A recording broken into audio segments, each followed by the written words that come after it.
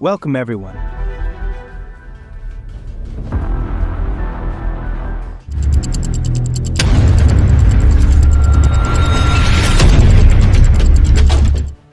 Amid global tensions, including conflicts in Ukraine and Israel, the NGAD program is supposed to be a pillar of U.S.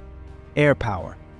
However, with costs on other projects such as the LGM-35A Sentinel ballistic missile program now running at $141 billion, the future of NGAD is increasingly uncertain.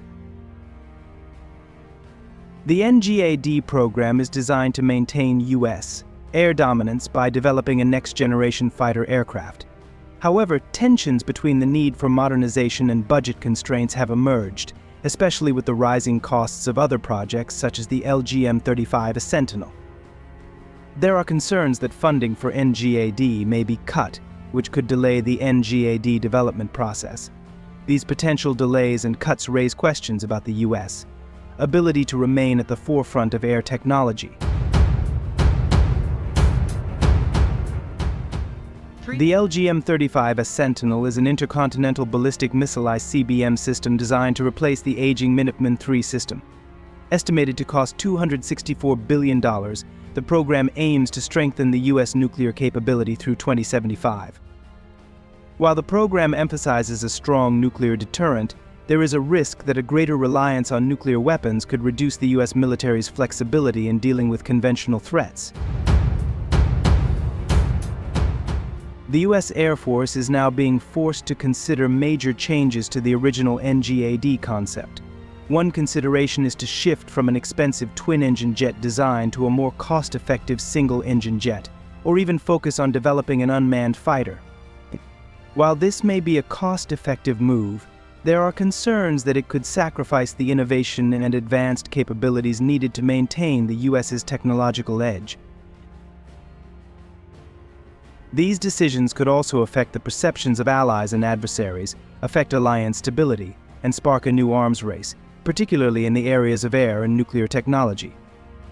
Are we witnessing the beginning of a decline in U.S. air supremacy?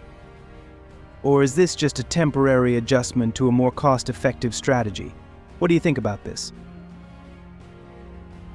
Reports suggest that funding for NGAD in fiscal 2026 could be drastically cut, delaying development by 2 more years.